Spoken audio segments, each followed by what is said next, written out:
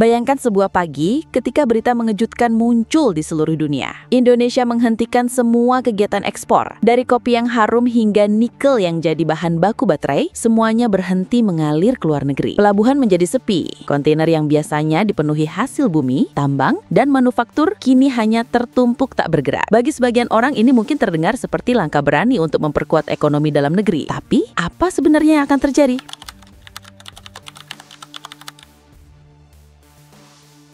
Tanpa ekspor, seluruh produk yang biasanya dikirim ke luar negeri akan membanjiri pasar lokal. Bayangkan jutaan ton kelapa sawit yang biasanya diproses menjadi minyak dan dikirim ke negara-negara Eropa, tiba-tiba hanya menumpuk di gudang-gudang penyimpanan dalam negeri. Hal serupa juga terjadi pada karat, yang biasanya diekspor untuk industri otomotif dunia, atau batu bara yang menjadi bahan bakar utama di berbagai negara Asia.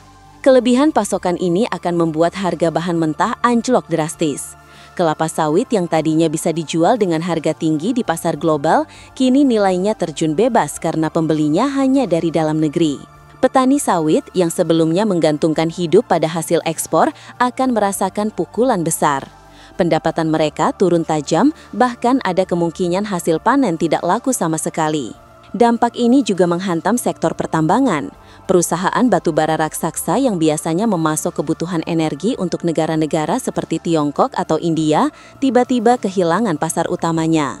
Produksi terpaksa dikurangi, sebagian tambang ditutup sementara, dan ribuan pekerja berisiko kehilangan mata pencaharian.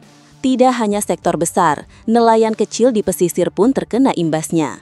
Selama ini, banyak hasil tangkapan seperti udang, tuna, atau cumi-cumi diekspor ke Jepang, Amerika, dan Eropa dengan harga yang lebih tinggi.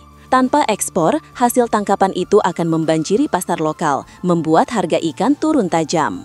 Mungkin terdengar menguntungkan bagi konsumen, tapi bagi nelayan, ini berarti penghasilan mereka menyusut drastis.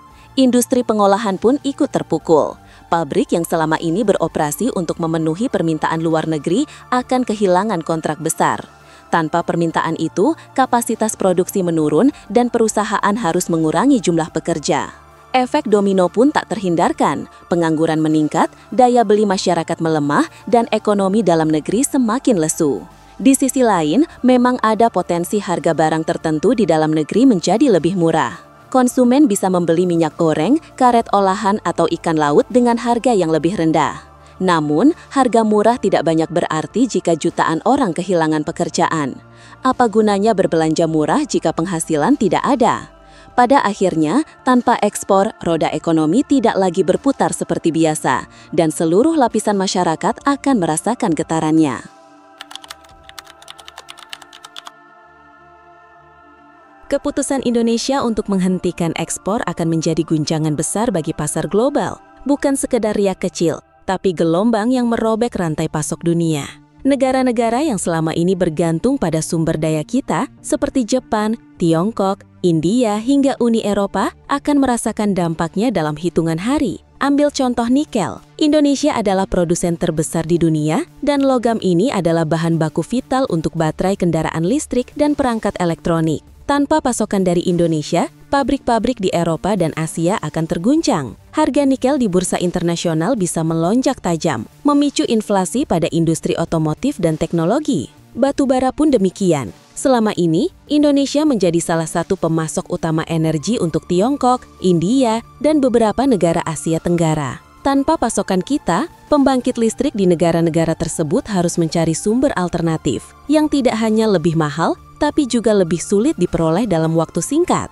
Minyak sawit yang menjadi bahan utama untuk berbagai produk mulai dari makanan, kosmetik, hingga biodiesel juga akan menjadi komoditas langka. Negara-negara importir seperti India dan Pakistan akan berebut stok di pasar internasional. Kekurangan pasokan akan memicu lonjakan harga yang memberatkan konsumen di seluruh dunia. Reaksi negara-negara ini tidak akan berhenti pada sekedar keluhan. Sebagian akan mencoba melakukan diplomasi, mengirim delegasi, menawarkan kerjasama baru, atau bahkan memberikan insentif ekonomi agar Indonesia mau kembali membuka keran ekspor. Namun, sebagian lainnya bisa memilih jalan yang lebih keras. Tekanan politik, pembekuan kerjasama dagang, atau bahkan ancaman sanksi ekonomi. Situasi ini bisa memicu ketegangan geopolitik baru. Indonesia, yang sebelumnya hanya menjadi pemain besar di sektor komoditas, tiba-tiba berada di posisi strategis yang bisa mempengaruhi keseimbangan kekuatan global. Namun, posisi ini bagaikan pedang bermata dua. Di satu sisi, kita memiliki daya tawar yang luar biasa. Di sisi lain, kita juga menjadi sasaran tekanan dari berbagai pihak yang kepentingannya terganggu. Dalam skenario ini, Indonesia tidak hanya berhadapan dengan krisis ekonomi dalam negeri, tapi juga badai geopolitik yang datang dari luar. Pertanyaannya, apakah kita siap menghadapi konsekuensi sebesar itu?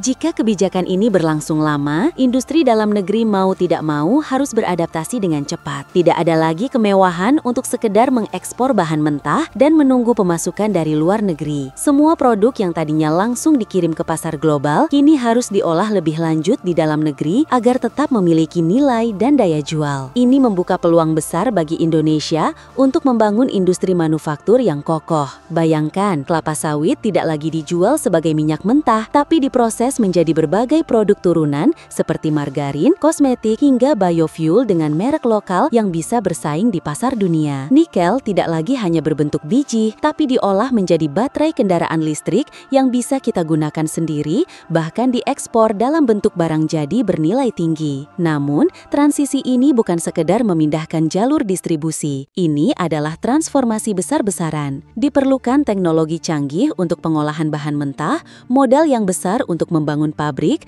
dan tenaga kerja terampil yang menguasai teknik produksi modern. Semua itu memerlukan waktu, perencanaan matang, dan kebijakan yang konsisten. Tantangannya besar. Jika langkah yang diambil salah, risiko yang mengintai sangat nyata. Pabrik terbengkalai, proyek mandek di tengah jalan, dan perusahaan gulung tikar. Krisis pengangguran bisa membesar, daya beli masyarakat melemah, dan ekonomi terjebak dalam stagnasi. Lebih buruk lagi, jika industri gagal berkembang, stok bahan mentah akan tetap menumpuk, tidak terjual, dan menjadi beban tambahan bagi perekonomian. Namun, jika transisi ini berhasil, Indonesia bisa keluar dari jebakan negara pengekspor bahan mentah yang bergantung pada harga komoditas global. Kita bisa berdiri sebagai negara industri yang mandiri, menguasai rantai produksi dari hulu ke hilir, dan mendapatkan keuntungan jauh lebih besar dari nilai tambah produk. Inilah lompatan yang dulu selalu dibicarakan dalam wacana pembangunan, sebuah kesempatan yang jarang datang tapi penuh risiko jika disia-siakan. Pada akhirnya, keputusan untuk menghentikan ekspor dalam jangka panjang bukan hanya soal ekonomi, tapi juga soal keberanian mengambil jalan sulit demi masa depan yang lebih kuat. Pertanyaannya, apakah kita siap membayar harga dari proses perubahan ini?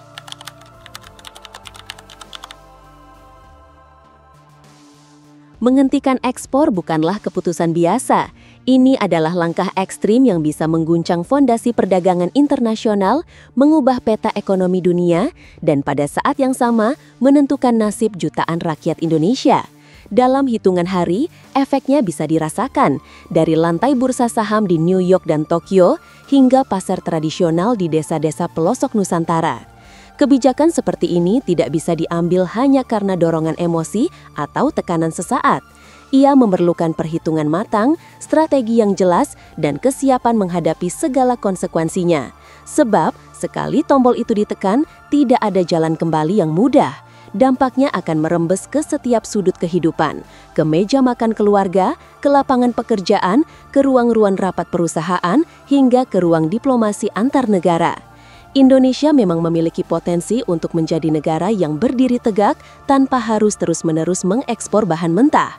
Namun, potensi itu hanya bisa diwujudkan jika kita siap membangun industri yang kuat, melatih tenaga kerja yang terampil, dan memastikan sistem ekonomi mampu menampung perubahan besar ini. Langkah ini adalah pedang bermata dua.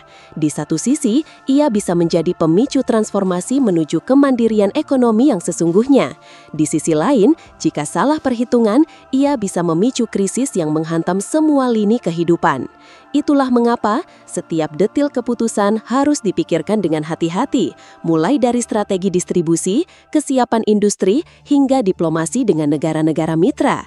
Pertanyaannya sekarang, jika hari itu benar-benar datang, saat Indonesia menutup pintu ekspor dan berdiri sendirian menghadapi dunia, apakah kita siap menghadapi badai yang akan datang atau justru terhempas olehnya?